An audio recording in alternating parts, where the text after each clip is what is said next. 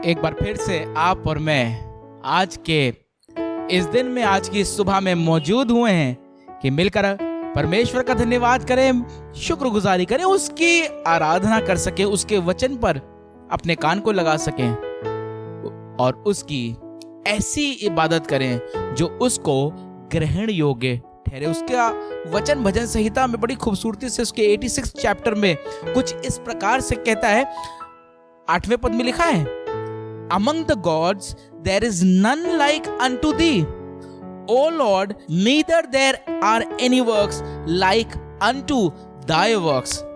हे प्रभु, देवताओं में से कोई तेरे तुल्य नहीं और ना किसी के काम तेरे कामों के बराबर है। आपके और मेरा परमेश्वर हमारे जीवनों में जो कार्य करता है, जो काम उसने किए हैं और जो करता है, उसके तुल्य कोई काम कर ही नहीं सकता। आगे ये भजन कुछ इस प्रकार से कहता, लिखा है, हे प्रभु, जितनी जातियों को तूने बनाया सब आकर तेरे सामने दंडवत करेंगी और तेरे नाम की महिमा करेंगी, क्योंकि तू महान और आश्चर्य कर्म करने वाला केवल तू ही परमेश्वर है।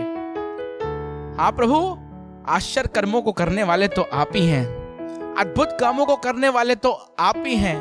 और आज के इस दिन में हम यकीनन एक बात कह सकते हैं कि प्रभु, आप जैसा अच्छा, आप जैसा भला, अनुग्रहकारी, विलंब से क्रोध करने वाला परमेश्वर कोई और है ही नहीं।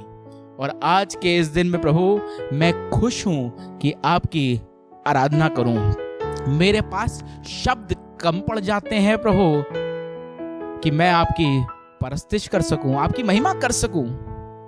I fall short of my words, Lord।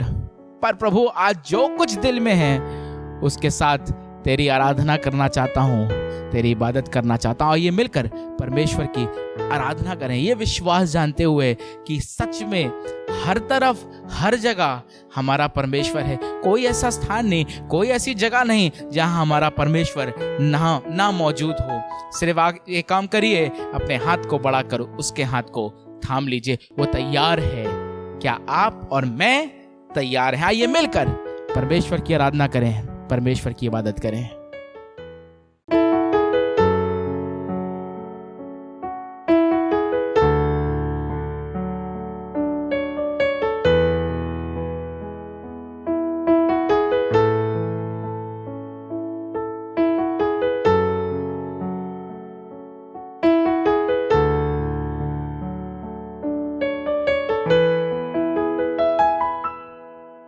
शब्द है, सोच रहे हैं क्या कहें, निशब्द है तेरे सामने खुदा, ऐ खुदा। तेरे प्यार ने हमको है छुआ, तेरे ही रहेंगे हम सदा सर्वदा, ऐ खुदा।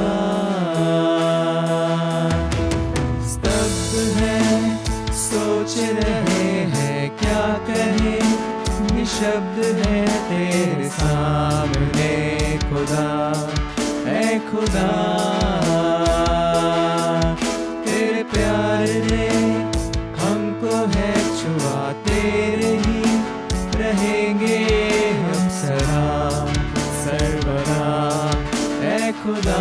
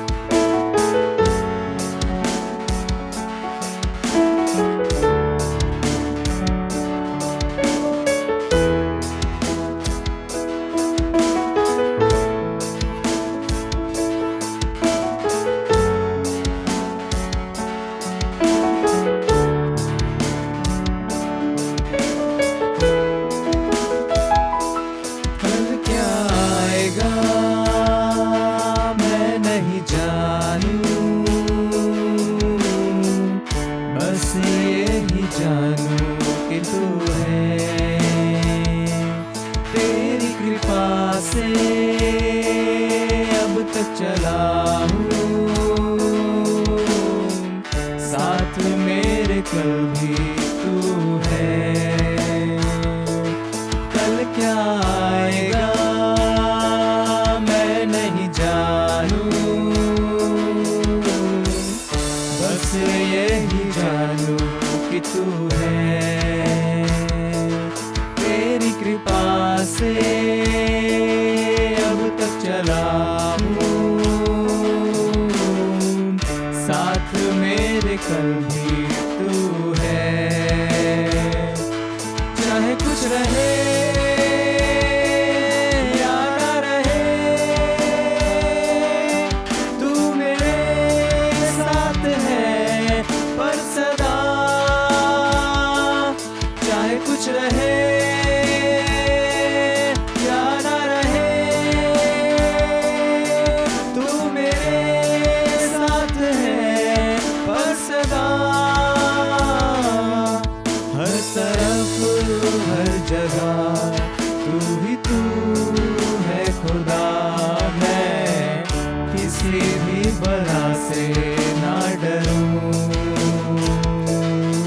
तू जो रहबर है, तू जो है साथिया। मैं कुछ भी फिक्र ना करूं, हर तरफ हर जगह तू ही तू है खुदा। मैं किसी भी बला से ना डरूं, तू जो रहबर है, तू जो है साथिया। मैं कुछ भी फिक्र ना करूं।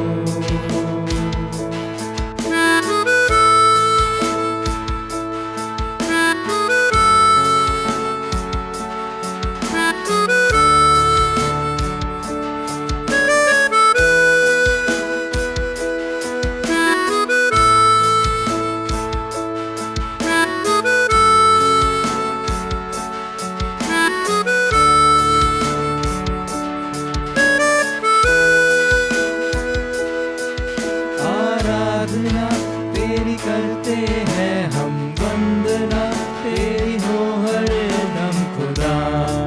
ऐ खुदा, ऐ खुदा,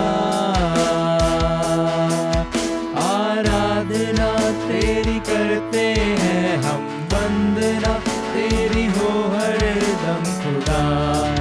ऐ खुदा, ऐ खुदा। हाँ प्रभु, ये सच है कि हर तरफ हर जगह आप हैं प्रभु।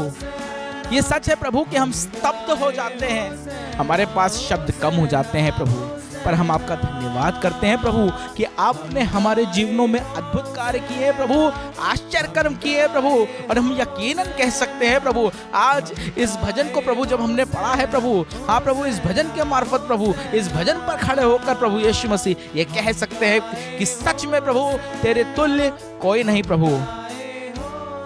You are great and there is no one like you Lord। आज के इस दिन पर प्रभु हम यही दुआ करते हैं, हमारा प्रभु यूं मौजूद होना प्रभु, इस आराधना को करना प्रभु यीशु मसीह, इस आराधना में शामिल होना प्रभु, ये सब प्रभु आपके नाम को महिमा देने वाला हो और प्रभु आपको ग्रहण योग्य ठहरने वाला हो। शुक्रगुजारी धन्यवाद करते हुए इस प्रार्थना को आपके मधुर मीठे नाम में होकर मांग लेते हैं, आमीन। Praise the Lord। Once again, I would like to welcome you in the online church service of Assembly of Believers Church Civil Lines Kanpur. Assembly of Believers Church Civil Lines Kanpur की इस ऑनलाइन आराधना समय में एक बार फिर से मैं आपका स्वागत करता हूं। ये विश्वास करता हूं कि आप प्रभु में सलामत हैं, आप प्रभु में आशीषित हैं और आज आप खुशी के साथ हमारे साथ मौजूद हुए हैं कि इस आराधना सभा में एक हिस्सा बन सकें, एक दर्शक ना हो, एक व्यूअर ना हो। अमूमन जब हम इस YouTube को देखते हैं तो हम उस चीज़ के दर्शक होते हैं, we don't participate in that. पर जब आप इस आराधना को इसी माध्यम से हमारे साथ देख रहे हैं या जुड़े हुए हैं, इसमें शामिल हो जाइए। और शामिल होने के लिए काम आपको करना पड़ेगा कि अपने ध्यान को सब बातों से हटाकर, जो भी काम आप कर रहे हो, शायद चाय का प्याला आपके पास हो, शायद कोई और कार्य हो, उन सब चीज़ों को हटाकर सिर्फ और सिर्फ इस समय में प्रभु का धन्यवाद कीजिए, इस आराधना में शामिल हो जाइए। आज हम चर्च हॉल में मौजूद होकर परमेश्वर की आराधना कर रहे हैं, क्योंकि आज के वक्ता ने इस ख्वाहिश को जाहिर किया कि हम लोग चर्च हॉल में ही आराधना करें, और इसलिए इस रिकॉर्डिंग को आज हम चर्च हॉल में कर रहे हैं। और आपको अच्छा लग रहा होगा, मैं विश्वास करता हूँ, चर्च को देख के। बहुत जल्द मैं विश्वास करता हूँ कि हम एक बार फिर से मौजूद हो पाएंगे चर्च में। बहुत तेज़ी से सब परिस्थितियां बदल रही हैं, कुछ एक दिशा निर्देश भी आ गए हैं, लेकिन जब सब चीज़ें बहुत क्लैरिटी के साथ हमारे सामने होंगी और हम सब चीज़ों को बहुत अच्छी तरह से जब आंक लेंगे, उसके बाद हम आपको बताएंगे कि हम इस ऑनलाइन चर्च सर्विस को ख़त्म करके वापस ऑफलाइन यानी वापस प्रभु के घर में मौजूद होकर कब से आराधना करेंगे। ये समय होगा कि हम परमेश्वर के वचन की तरफ आगे चलें, परमेश्वर के कलाम की तरफ आगे चलें, और हर बार की तरह पास्टर मैथ्यू चंद हमारी अगुवाई करेंगे। और मैं विश्वास करता हूँ ये कलाम जो पढ़ा जाएगा, सुना जाएगा, आप जहाँ कहीं हैं इसको दोहराइए और परमेश्वर की सामर्थ को हासिल कीजिए। Praise the Lord. Praise the Lord. परमेश्वर का धन्यवाद करते हैं, उसने एक बार फिर से ये मौका दिया कि हम आज की आराधना को कर सकें। और हम ये चाहते हैं कि जिस तरीके से हम परमेश्वर के वचन को पढ़ते हैं, परमेश्वर हमें आशीष और बरकत दे। आज की सुबह भी हम ऑनलाइन चर्च सर्विस के द्वारा परमेश्वर की इबादत करेंगे और आज के वचन को देखेंगे। भजन संहिता की पुस्तक उसका 122 अध्याय और उसके पहले पद से आखिर पद तक पढ़ेंगे। भजन संहिता की पुस्तक उसका 122 अध्याय और उसके पहले पद से 9 पद तक। यहाँ दाऊद इस प्रकार से लिखता है, जब लोगों ने मुझसे कहा आओ हम यहोवा के भवन को चलें, तब मैं आनंदित हुआ। हे यरूशलेम, तेरे फाटकों के भीतर हम खड़े हो गए हैं। हे यरूशलेम, तू ऐसे नगर के समान बना है जिसके घर एक दूसरे से मिले हुए हैं। वहाँ या के गोत्र गोत्र के लोग यहोवा के नाम का धन्यवाद करने को जाते हैं। यह इस्राएल के लिए साक्षी है। वहाँ तो न्याय के सिंहासन दाऊद के घराने के लिए रखे हुए हैं। यरूशलेम की शांति का वरदान मांगो, तेरे प्रेमी कुशल से रहें। तेरी शहरपनाह के भीतर शांति और तेरे महलों में कुशल होवे। अपने भाइयों और संगियों के निमित्त मैं कहूँगा कि तुझ में शांति होवे। अपने परमेश्वर यहोवा के भवन के निमित्त मैं तेरी भलाई का यत्न करूँगा। ये परमेश्वर का वचन है। परमेश्वर अपने वचन के पढ़े और सुने जाने में आशीष और बरकत दे। आमीन। Praise the Lord. Praise the Lord. मेरा नाम आनंद पॉल है। मैं 7 साल का हूँ। मैं एबीसी सिल्वर लाइन कानपुर से हूँ। मैं आज लोगों को नए नियम के पुस्तकों के नाम बताने वाला हूँ। मत्ती, मरकुस, लूका, यूहन्ना, प्रेरितों के काम, रोमियो, पहला कुरिन्थियों, दूसरा कुरिन्थियों, गलातियों, इफिसियों, फिलिपियों, कुलुसियों, पहला थिस्सलुनीकियों, दूसरा थिस्सलुनीकियों, पहला तीमुथियों, दूसरा तीमुथियों, तीतुस, फिलेमोन, इब्रानियों, याकूब, पहला पतरस, दूसरा पतरस, पहला यूहन्ना, दूसरा यूहन्ना, तीसरा यूहन्ना, यहूदा, प्रकाशित वाक्य। Thank you. यूं ही परमेश्वर के कलाम को पढ़ते रहिए, सुनते रहिए, दोहराते रहिए, उसको अपने जीवन के लिए क्लेम करते रहिए। आज का दिन मुबारक दिन है, क्योंकि हम एक बार फिर से परमेश्वर की आराधना कर पा रहे हैं। परिस्थितियों के ऐसे होने पर भी जब हम चर्च नहीं आ सकते हैं, परमेश्वर ने हमारे लिए अच्छा उपाय रखा है कि हम परमेश्वर की आराधना कर सकें। ये वाकई में हमारे लिए धन्य बात है।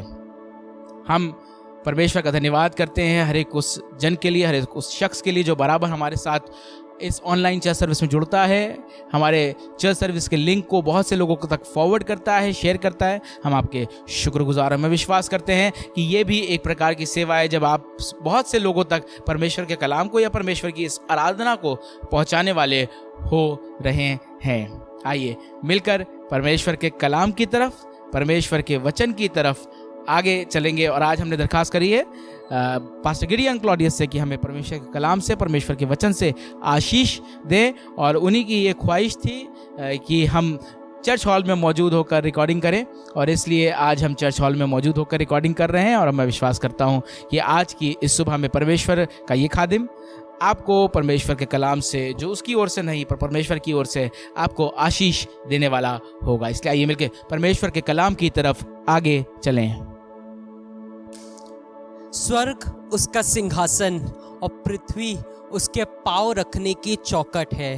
हाँ, मैं किसी इंसान की बात नहीं कर रहा हूँ, मैं उस आसमान के खुदा की बात कर रहा हूँ जिसके वसीले से आपने आज तक बरकत पाई है, आज तक आप महफूज रहे हैं। और मुझे विश्वास है कि उस सामर्थी नाम में, जो कई हजार साल पहले सामर्थी था, आज भी सामर्थी है, उस सामर्थी नाम में मैं आपका स्वागत करता हूँ हमारी चर्च सर्विस में। और विश्वास करता हूँ कि आज आप हमारी चर्च सर्विस के माध्यम से बरकत पाएंगे और कुछ एक नई बात को हम सीखने वाले हो सकेंगे। आपके साथ मैं भी कुछ नई बातों को बताऊंगा, या कुछ ऐसी बातों को जो हमारे लिए शायद अच्छी हो सकती हैं, हमारे जीवन के लिए अच्छी हो सकती हैं। वचन बताता है हम परमेश्वर की देह हैं, यीशु मसीह की देह हैं। We are the body of Christ. और हम कलीसिया के लोग, हम सब मिलाकर एक देह को उत्पन्न करते हैं, और जिसमें से हमारा जो है बहुत अहम हिस्सा होता है।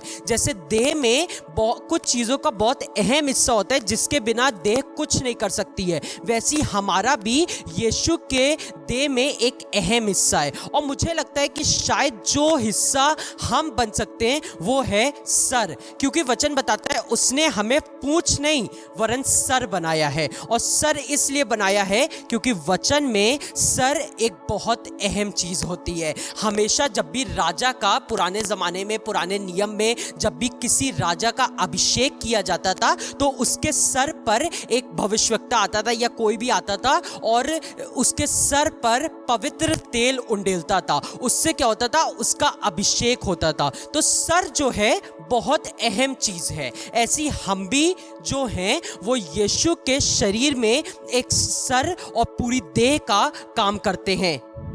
ये जो वचन है ये भी यीशु की देह है, लेकिन ये अधूरी है अगर हमारे साथ ये मिलेगी नहीं। जैसे राजा का मुकुट जो होता है, हो सकता है बहुत महंगा है, हो सकता है बहुत ज़्यादा सोने जड़े हुए हैं, बहुत ज़्यादा हीरे जड़े हुए हैं, बहुत कीमती है, लेकिन जब तक राजा उसको अपने सर पर पहनता नहीं है तब तक उसकी अहमियत बढ़ती नहीं है। जब राजा के शाही वस्त्र ऐसे ही रखे रहते हैं, हो सकता है बहुत अच्छी जगह से लिए गए हों, बहुत चमकदार हों, लेकिन जब तक राजा उसको अपने शरीर पर पहनता नहीं है तब तक उन वस्त्र की, उस मुकुट की कीमत बढ़ती नहीं है। ऐसी ये वचन है, ये वही मुकुट है जिसमें बहुत तरीके के सोने हीरे जड़े हुए हैं। ये एक ऐसा शाही वस्त्र है जो बहुत कीमती है, दिखने में बहुत अच्छा है, बहुत अच्छी बातें लिखी हैं, लेकिन अगर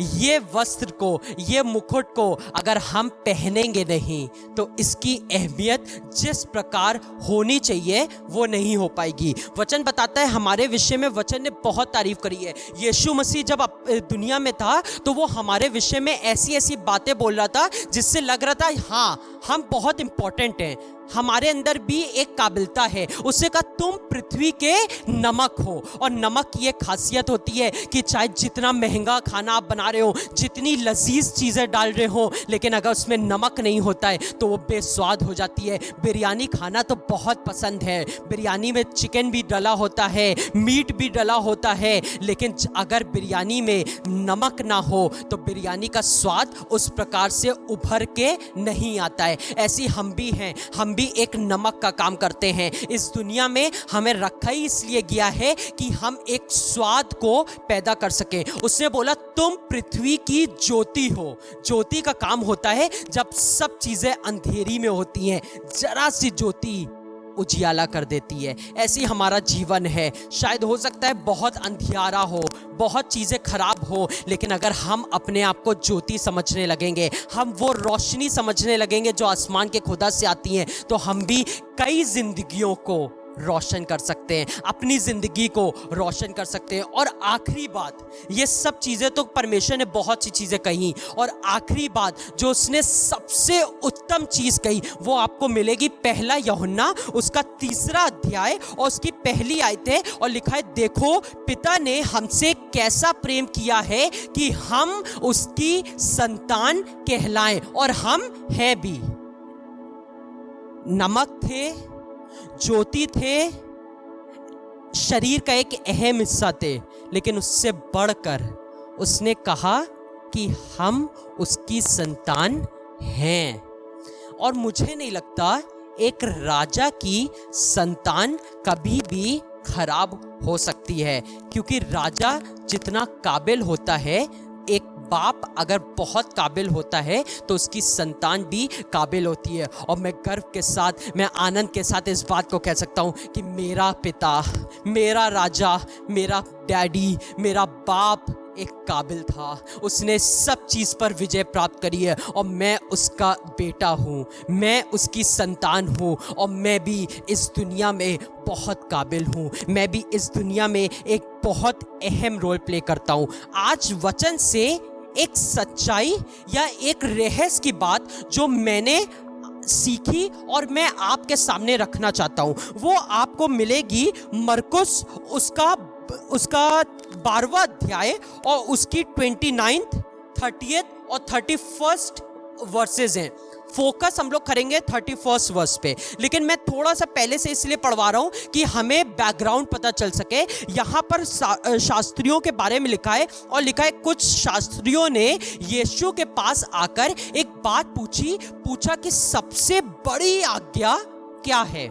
10 आज्ञाएं उसने दी थी, लेकिन उसके बाद भी शास्त्रियों ने यीशु से पूछा सबसे बड़ी आज्ञा या सबसे मुख्य आज्ञा क्या है। और तब हमें मिलेगी ये 29 चैप्टर में यीशु ने उनको उत्तर दिया, सब आज्ञाओं में ये मुख्य है, हे इज़राइल सुन, प्रभु हमारा परमेश्वर एक ही प्रभु है। और 30वीं आयत में लिखने लगा, और तू प्रभु अपने परमेश्वर को सारे मन, सारे प्राण और अपनी सारी बुद्धि से प्रेम करना। ये एक उसने पहली बड़ी आज्ञा बताई। उसके बाद लिखने लगा दूसरी आज्ञा, जो दूसरी मुख्य आज्ञा थी, अक्सर हमने इसको पढ़ा है, लिखा है अपने पड़ोसी को अपने समान प्यार करना। अक्सर हमने सुना है कि सबसे प्यार करो। प्यार के विषय में हमारे कलीसिया में प्रेम की सीरीज चल रही थी, लव की सीरीज चल रही थी। और मैं विश्वास करता हूँ आपको याद होगा कि हमारे पादरी साहब ने भी इस बात को बताया था कि जैसे परमेश्वर ने हमसे प्यार किया, वैसे हमें भी उससे प्यार करना है, वैसे ही हमें अपने पड़ोसियों से, हमें अपने लोगों से, अपने आसपास के लोगों से प्यार करना है। लेकिन आज मैं इसकी दूसरे हिस्से पे, इसी आयत के दूसरे हिस्से पे फोकस करना चाहता हूँ। इसके दूसरे हिस्से को आज आपके सामने रखना चाहता हूँ। और इसका दूसरा हिस्सा कहता है अपने पड़ोसी से अपने समान प्रेम करना। ये समय ऐसा समय है कि शायद अब हम पड़ोसी से भी, आज तक लोग कहते थे ये इंसान ऐसा है जो सिर्फ अपने से प्यार करता है, दूसरों से प्यार नहीं करता है, सिर्फ अपने से प्यार करता है, अपने लिए जीता है। लेकिन मुझे लगता है आज जो दौर से हम गुजर रहे हैं, हमारे लिए पड़ोसी से तो प्यार करना आसान हो गया है, लेकिन अपने आप से प्यार करने में हम कहीं ना कहीं चूक जाते हैं। पड़ोसी से इसलिए प्यार कर लिया क्योंकि महामारी थी, उसने हमारी मदद कर दी, हमने उससे प्यार कर लिया। हमें यहाँ ज़रूरत थी, इन्होंने हमारी मदद कर दी, हमने इससे प्यार कर लिया। लेकिन अब हमें ऐसा लगता है कि हम इतने नुकसान में हैं, इतने कर्जे में हैं, इतनी दिक्कतों में हैं कि हम अपने आप से ही प्यार नहीं कर पा रहे। हमें अपने आप में कोई अच्छी चीज़ें दिख ही नहीं रही हैं। हम जब कोई काम करने जाते हैं तो लगता है ये हमसे हो ही नहीं पाएगा। हम जो चीज़ करते हैं लगता है ये चीज़ मेरे लिए है ही नहीं, मैं इसके काबिल ही नहीं हूँ, क्योंकि हम अपने से प्यार नहीं करते, क्योंकि हम अपने से उस समान, जिस प्रकार यीशु ने हमारे अंदर काबिलता देखी, हमें अपनी देह कह दिया, हमें पृथ्वी का नमक कह दिया। लेकिन क्या मुझे तो नहीं लगता कि मैं अपने आप को एक ऐसी वस्तु समझता हूँ जो दूसरों की बेस्वाद जिंदगी में स्वाद ले आएगी। मैं अपने आप को एक ऐसी ज्योति समझता हूँ जो एक अंधियारे से भरे हुए जीवन में उजियाला ले आएगी। लेकिन नहीं, यीशु को हम पर विश्वास था। उसको हमारी काबिलता पर विश्वास था। तो अगर उसको हमारी काबिलता पर विश्वास था तो इसका मतलब मेरे बाप को तभी विश्वास हो सकता है मेरी काबिलता पे जब मेरे अंदर वो खूबी होगी, जब मेरे अंदर वो क्वालिटी होगी। और हम अक्सर ये बात को समझ नहीं पाते, हम इस लायक हैं कि नहीं हैं। एक स्त्री का जिक्र किया गया है, उसका नाम था मरियम, और यीशु जब उसके घर में आया तो वो स्त्री के विषय में लिखा है उसने कुछ नहीं किया, वो गई और बैठ गई और यीशु के पैर को साफ करके उसकी सेवा करने लगी। और वो स्त्री बहुत अच्छी नहीं थी, उसके विषय में बहुत अच्छी अच्छी बातें नहीं लिखी हैं, और लिखा हुआ है कि लोग भी कहने लगे ये ऐसी स्त्री है, यीशु कैसे इससे बात कर सकता है, इतनी खराब स्त्री है, इसने इतने पाप करे हैं। लोगों को उसके अंदर कोई खूबी नहीं दिख रही थी।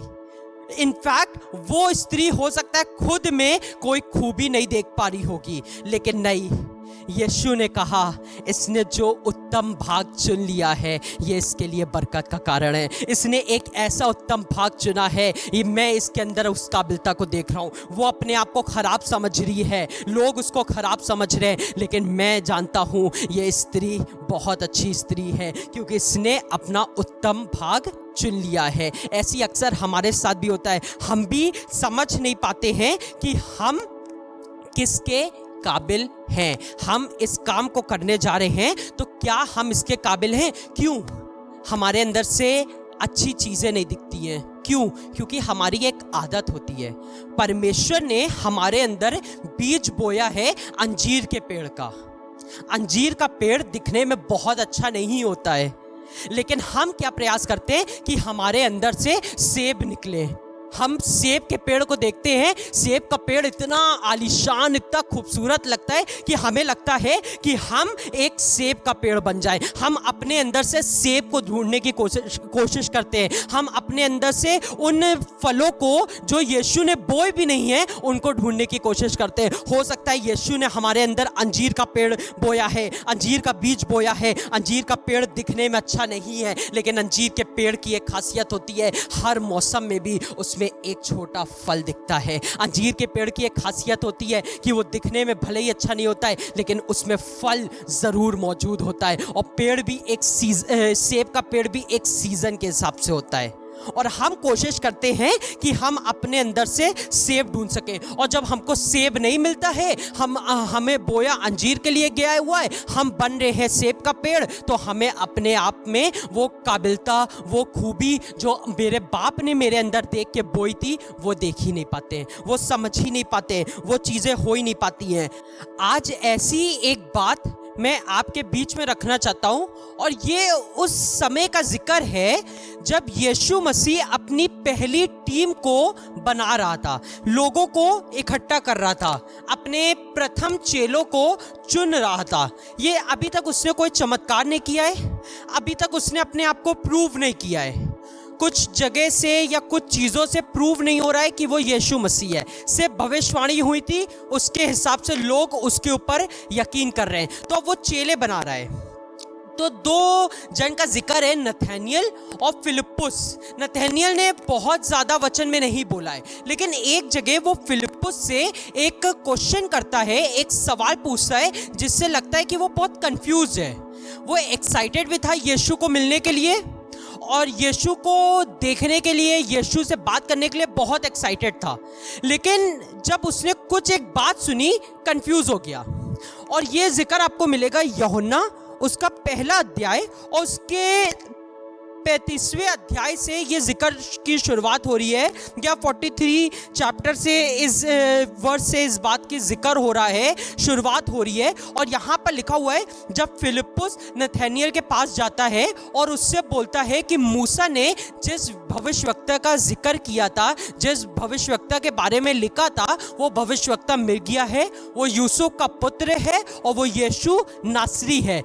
अब नथानियल ने जैसे सुना यीशु नासरी है तो वो उससे पूछने लगा फिलिप्पुस से, क्या नासरत से भी कोई अच्छी वस्तु निकल सकती है? नासरत बहुत अच्छी जगह नहीं थी। उसने तुरंत ऐसे ही बोला, नासरत? नासरत नासरत से भी कोई अच्छी वस्तु निकल सकती है। नासरत तो बहुत अच्छी जगह नहीं मानी जाती थी, बहुत ज़्यादा फेमस जगह नहीं थी, यरूशलेम की तरह बहुत ज़्यादा पवित्र जगह भी नहीं थी। और वो यही सोचने लगा, नासरत से भी कोई अच्छी वस्तु निकल सकती है। उसने फिलिप्पुस से तुरंत पूछा, नासरत से कोई अच्छी वस्तु आ सकती है? हमें भी अक्सर अपना नाम लेने में लोग हमारा नाम लेते हैं इसी प्रकार, गिडियन। क्या गिडियन ये काम कर सकता है? गिडियन प्रचार कर सकता है? गिडियन बाइबल पढ़ सकता है? बाइबल को समझा सकता है? गिडियन। अक्सर लोग इस बात को कहते हैं, मुझसे कहते थे, आज भी हो सकता है कहते होंगे बहुत सी चीज़ों में। मैं खुद अपने आप से ये बात को बहुत सी बार कहता था, बहुत सी बार सोचता था, मैं ये चीज़ कर सकता हूँ। आपके साथ भी ये हुआ होगा, आपने भी सोचा होगा, जैसे नथानियल ने नासरत के लिए सोचा, आप भी सोचते होंगे। लेकिन इससे फ़र्क नहीं पड़ता है कि आप अपने लिए क्या सोचते हैं, इससे फ़र्क नहीं पड़ता है कि लोग आपके लिए क्या सोच रहे हैं, क्योंकि यीशु के विषय में लिखा है कि यीशु एक भविष्यवक्ता था। लोग उसको पूजे या ना पूजे, लोग उसकी आराधना करें या ना करें, लोग उसके चेले बने या ना बने, लोग उसके पीछे चले या ना चले, still he was the king. Hallelujah.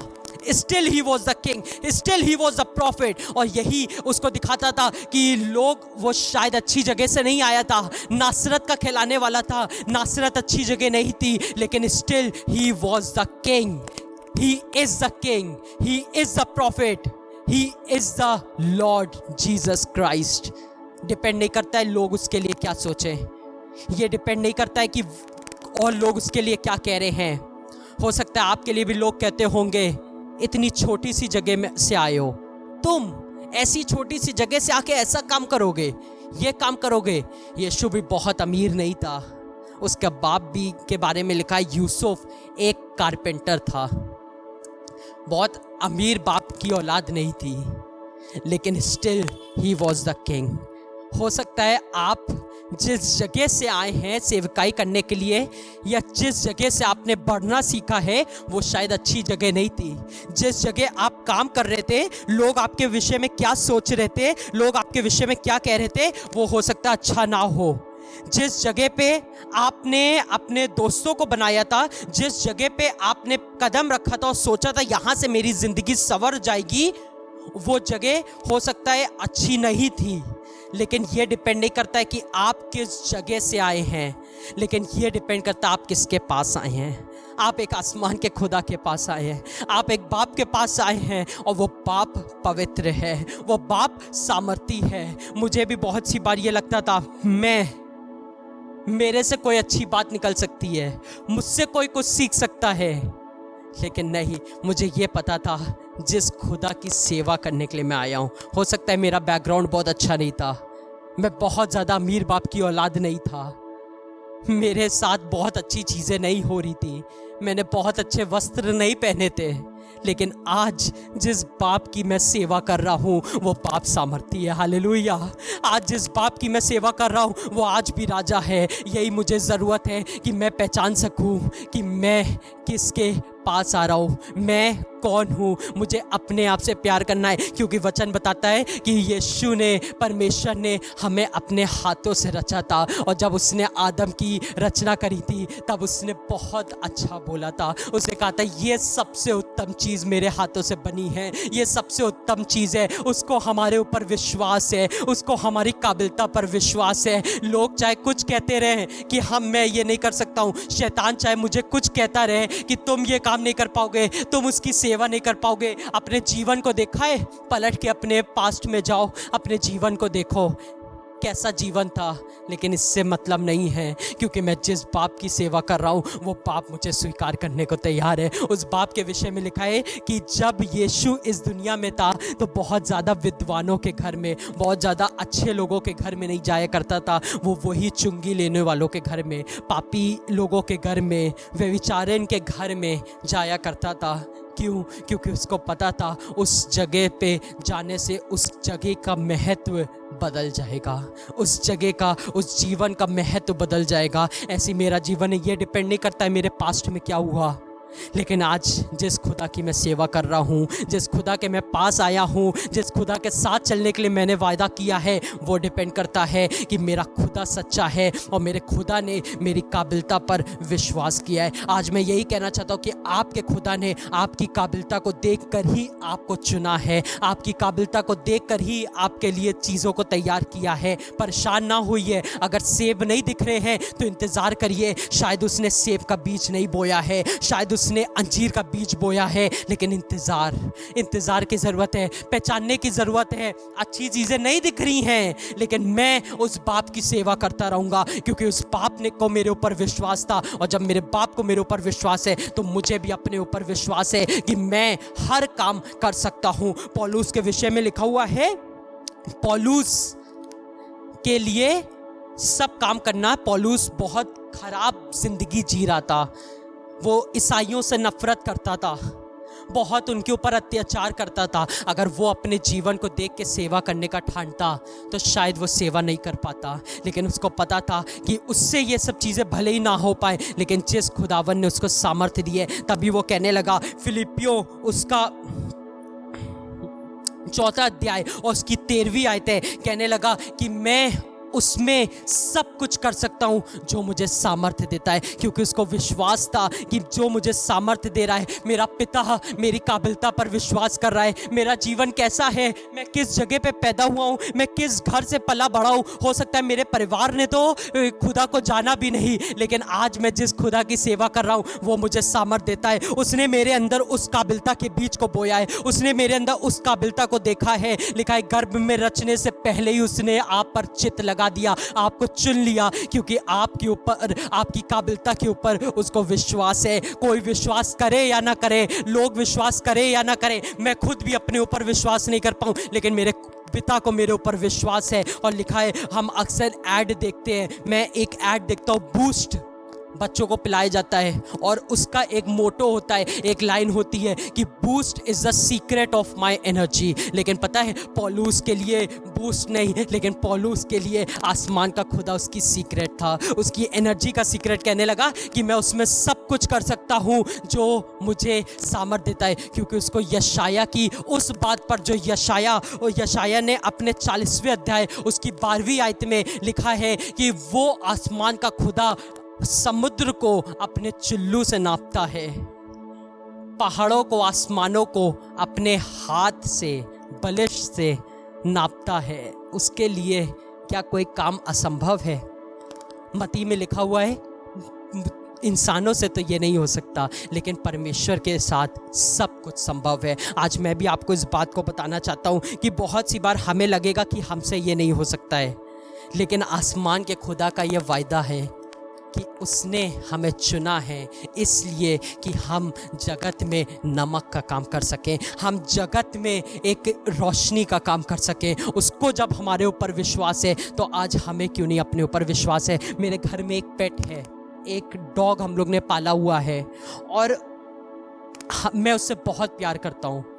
कभी कभार ऐसा होता है कि वो कमरे में गंदगी कर देती है, कभी कभी चीज़ों का नुकसान कर देती है, लेकिन मैं तब भी उसकी उस आदत को सुधारने की कोशिश करता हूँ। उस आदत की वजह से उसको घर से नहीं निकाल देता हूँ, उस आदत की वजह से उसको बाहर नहीं फेंक देता हूँ, उसको मारता नहीं हूँ, लेकिन सुधारने की कोशिश करता हूँ। क्यों? क्योंकि मैं उससे प्यार करता हूँ। ऐसी जब हम अपने आप से प्यार करने लगेंगे, गरीबी, तकलीफ़ें, कमज़ोरी ये दिखेंगी, लेकिन फिर भी हमें विश्वास होगा कि हम इसको सुधार सकते हैं। ये गरीबी आज है, दिक्कतें आज हैं, परेशानियाँ आज हैं, लेकिन मेरे अंदर काबिलता है कि मैं इन परेशानियों में भी अपने आसमान के खुदा के हाथ उठा के सेवा कर सकूं, उसके चरणों में बैठ के उस उत्तम भाग को चुन सकूं जिस प्रकार मरियम ने चुना था। मुझे विश्वास है कि आज मैं जिस खुदा के पास हूं, हो सकता है मैं बहुत सी लड़ाइयां हार जाऊं, अपने जीवन की बहुत सी लड़ाइयों को हार जाऊं, लेकिन वो आसमान का खुदा मुझे उस युद्ध को जो इस जीवन में मुझे लड़ना है उसमें कभी हारने नहीं देगा। हालेलुया। मुझे भी जब मैं बाइबल कॉलेज में था तब बहुत सी चीज़ें ऐसी लगती थी कि मैं नहीं कर सकता हूँ। मुझे तो बाइबल खोलना भी नहीं आता था, मुझे तो बाइबल के आयतें भी नहीं पता थी, मुझे तो बाइबल पढ़नी भी नहीं आती थी, मुझे तो बाइबल की जितनी किताबें हैं ये भी नहीं रटी थी। मुझे भी लगता था मैं प्रचार करूँगा। जिसको बाइबल खोलनी नहीं आती है, जिससे बोल दिया जाए भजन संहिता निकाल दो तो उससे भजन संहिता निकाल देगा। लेकिन जहाँ यहोशू की पुस्तक पे आ गए, जहाँ नीति वचन पे आ गए, जहाँ पहला कुरंथियों पे आ गए, जहाँ दूसरा कुरंथियों पे आ गए, जहाँ थिस्सलुनीकियों पे आ गए, मैं कंफ्यूज हो जाता था कि ये कहाँ मिलेगा। मुझे भी लगता था मैं प्रचार करूँगा। जो बाइबल भी नहीं खोल पाता है वो प्रचार करेगा। लेकिन नहीं, खुदा को मेरे ऊपर विश्वास था, खुदा को विश्वास था कि मैंने इसको चुना है, ये कर सकता है। तब मुझे भी अपने ऊपर पता है कैसे विश्वास हुआ। आसान नहीं था विश्वास करना, लेकिन मैं रोज़ शीशे के सामने अपने आप को खड़ा करता था, अपने शीशे में अपने आप को देखता था और कहने लगता था कि मैं खुदा की वो बरकत हूँ जिसे खुदा ने अपने हाथों से बनाया है। और मुझसे आसमान का खुदा प्यार करता है, मुझसे मेरा बाप प्यार करता है। कोई प्यार करे या ना करे, कोई मेरी मदद करे या ना करे, लेकिन आसमान का खुदा मेरी काम करेगा, मेरी मदद करेगा। इसलिए मैं भी पौलुस की तरह बात को कहने लगा। फिलिपियों उसका 4 अध्याय उसकी 13वीं आयत लिखा है, मैं सब कुछ कर सकता हूँ उसमें जो मुझे सामर्थ्य देता है। जक्कई के विषय में लिखा है, अगर जक्कई अपनी नाटे कद पे विचार करने लगता तो शायद वो यीशु को देखने की लगन को ना अपने चीज़ों में ला पाता, ना वो उस पेड़ पे चढ़ने की कोशिश करता। उसको अगर ये लगने लगता कि मैं तो नाटा हूँ, मैं नहीं देख पाऊँगा, लेकिन नहीं, उसने उस नाकाबिलता में भी अपनी काबिलता को ढूंढा। उसने देखा कि नहीं, भले ही मैं काबिल नहीं हूँ, लेकिन मेरा खुदा, मेरा आसमान का खुदा मेरे साथ है। उसने उस पेड़ पर चढ़ा और लिखा है कि जब उसने यीशु को देखा, यीशु ने उसको देखा। यीशु जब उसके घर गया, उसको बोलना भी नहीं पड़ा, लेकिन उसके घर में यीशु खड़े होकर बोलने लगा कि आज इस घर में उद्धार आया है। विश्वास करिएगा, शायद आज आपके घर में उद्धार नहीं दिख रहा है, शायद आज आपके घर में आप जो फल ढूंढना चाह रहे हैं वो नहीं दिख रहे हैं। लग रहा है कि हम काबिल नहीं हैं, ये नौकरी चली गई है, हम काबिल नहीं हैं, ये चीज़ें खराब हो गई, हम काबिल नहीं हैं, हमारा पैसा खत्म हो गया, हम काबिल नहीं हैं। लेकिन नहीं, आसमान के खुदा को आप पर भरोसा है। उसने आपको चुना ही इसलिए है कि हम काबिल बन सके। हमें भी ज़रूरत है कि हम बस अपनी प्रयासों में लगे रहें, इस बात को सोचते रहे कि मैं ये कर सकता हूँ, मैं अपने आप से प्यार करता हूँ। जब मैं अपने आप से प्यार करने लगूंगा तो मेरी ख़राब चीज़ें भी मैं सुधार के अच्छी करने की कोशिश करूँगा। ना कि उनके लिए अपने आप को ख़राब कहूँगा, लेकिन उनको सुधारूँगा, उनको अच्छा करूँगा और इस बात को जान लूँगा कि मेरा खुदा मेरे साथ है। और अंत में एक बात बताकर ख़त्म करूँगा। हम अक्सर सोचते हैं बरकत वो है जो हमें मिलती है, लेकिन असलियत ये है, बरकत वो हो सकती है जो हमें मिली है, लेकिन सबसे बड़ी बरकत हम खुद हैं। उस आसमान के खुदा ने हमें एक बरकत बनाया है। Blessing is not what you get, blessing is you. Blessing is your family, blessing is your ability, blessing is your power, blessing is your strength, blessing is your breath. जो हम सांस ले रहे हैं, चल पा रहे हैं, हाथों को उठा पा रहे हैं, इससे बड़ी बरकत और कुछ नहीं है, इससे बड़ी बरकत और कुछ नहीं है। यह आसमान के खुदा के नज़र में और हमारे नज़र में सबसे बड़ी बरकत बननी चाहिए। अगर जिस दिन ये बरकत को हम समझ लेंगे, उस दिन हम उन बरकतों के पीछे भागना छोड़ देंगे जो हमें लगता है हमें मिलेंगी, क्योंकि बरकत हमें मिलती नहीं है, बरकत तो उसने हमें खुद बनाया है। हालेलुया। मुझे विश्वास है कि आज से हम भी कोशिश करेंगे कि हम अपने आप से प्यार कर सकें, जिस प्रकार मेरे आसमान के खुदा ने मुझसे प्यार किया। यूहन्ना उसका पहला यूहन्ना उसका 3 अध्याय 1 आयत में लिखा है, पिता ने हमसे इस कदर प्यार किया है, इस कदर मोहब्बत करी है कि हम उसकी संतान कहलाएं, और हम हैं भी। जिस दिन हम अपने आप से प्यार करने लगेंगे, उस दिन हम उसकी संतान कहलाएंगे। और मुझे नहीं लगता कि राजा की संतान कभी भी निराश हो सकती है। एक पिता की संतान, जो पिता सबसे काबिल है, उसकी संतान कभी भी डूब सकती है, क्योंकि वो आसमान का खुदा तो लहरों पे भी चल देता है, वो आसमान का खुदा तो आंधियों को भी रोक देता है। उस आसमान के खुदा ने तो सिखाया है कि तुम बोलोगे और बरकत बहने लगेगी, तुम बोलोगे चीज़ें बदलने लगेंगी, तुम दुआ करोगे बीमारियां छोड़कर निकल जाएंगी। आज मैं विश्वास करता हूँ, अपने आप से प्यार करिए। इस बीमारी में भी, इस तकलीफ में भी, अगर बिस्तर पे भी लेटे हुए हैं, अगर उस जगह से भी आए हैं जिस परिवार ने कभी खुदा को जाना नहीं, अगर हम उस जगह पे हैं जिस जगह पे सिर्फ और सिर्फ पाप था, अगर हमने आज तक अपनी जिंदगी में सिर्फ और सिर्फ पाप को किया है, तब भी आसमान के खुदा को मेरे ऊपर भरोसा है। उसने तो मुझे गर्भ में रचने से पहले ही उसने मुझे चुन लिया था, उसको मेरे ऊपर भरोसा है। और जब मेरे बाप को मेरे ऊपर भरोसा है तो मुझे भी मेरे ऊपर भरोसा है। हालेलुया। खुदा आपको आशीष दे। हाँ प्रभु जी, हम बार बार प्रभु आपके सम्मुख आते हैं, प्रभु आपके चरणों में आते हैं प्रभु, और सिर्फ एक ही बात को लेकर आते हैं प्रभु, कि जीवन की वो रोटी प्रभु यीशु मसीह, जो सही मायने में प्रभु यीशु मसीह हमें आत्मिक रीति से बलवंत करती है। प्रभु यीशु मसीह हमें सामर्थ्य बनाती है प्रभु। हाँ, शरीर के लिए प्रभु यीशु मसीह हम रोटी खाते हैं प्रभु, पर जैसे शारीरिक देह है वैसे आत्मिक देह है प्रभु। और आज के दिन में प्रभु आपने आत्मिक भोजन से प्रभु मैं विश्वास करता हूँ प्रभु हमको भरा है प्रभु, और हम आपका धन्यवाद करते हैं प्रभु। और यही दुआ करते हैं प्रभु यीशु मसीह कि बार बार प्रभु यीशु मसीह आपका ये वचन, आपका ये कलाम प्रभु यीशु मसीह हम ग्रहण करने वाले हों प्रभु, और सामर्थ्य बनने वाले हों। सब बातों के लिए एक बार फिर से आज के इस कलाम के लिए विशेषकर प्रभु शुक्रगुजारी धन्यवाद करते हुए प्रभु यीशु मसीह, वक्ता के लिए प्रभु यीशु मसीह शुक्रगुजारी धन्यवाद करते हुए प्रभु, जितने लोग हमारे साथ मौजूद हैं, जमा हैं, जो देख रहे हैं प्रभु, उनके लिए शुक्रगुजारी करते हुए इस प्रार्थना को हम आपके मधुर मीठे सामर्थ्य नाम में होकर मांग लेते हैं, आमीन। ऐ हमारे बाप, तू जो आसमान पर है, तेरा नाम पाक माना जाए, तेरी बादशाहत आए, तेरी मर्जी जैसे आसमान में पूरी थी ज़मीन पे पूरी हो। हमारे रोज़ की रोटी आज हमें बख्श दे, जिस तरह से हम अपने कसूर वालों को माफ़ करते हैं, तू भी हमारे कसूरों को माफ़ कर।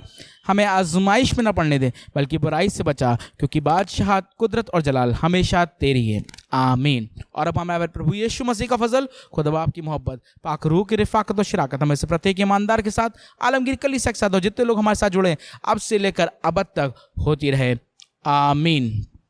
क्या हम तैयार हैं जोरदार नारा लगा के बोलने के लिए? बोलो प्रभु यीशु मसीह की जय। वो जल्द आने वाला है, इसलिए बोलो प्रभु यीशु मसीह की जय। Praise the Lord. परमेश्वर में बने रहिए, परमेश्वर में उत्साहित रहिए, और ज़रूर से आप याद रखिए कि ये ऑनलाइन चर्च सर्विस के लिंक को आप अपने फ्रेंड्स और फैमिली के साथ शेयर कीजिए। जब आप इस वीडियो को देखते हैं, इसको ज़रूर से आप लाइक कीजिए। आप चैनल को अगर अभी तक आपने सब्सक्राइब नहीं किया, do subscribe to the channel. अगर आप हमारे साथ फेसबुक पे जुड़े हैं तो फेसबुक पे आप इस वीडियो को लाइक कर सकते हैं, साथ ही साथ अपनी फेसबुक की टाइमलाइन पे आप इसको शेयर कर सकते हैं।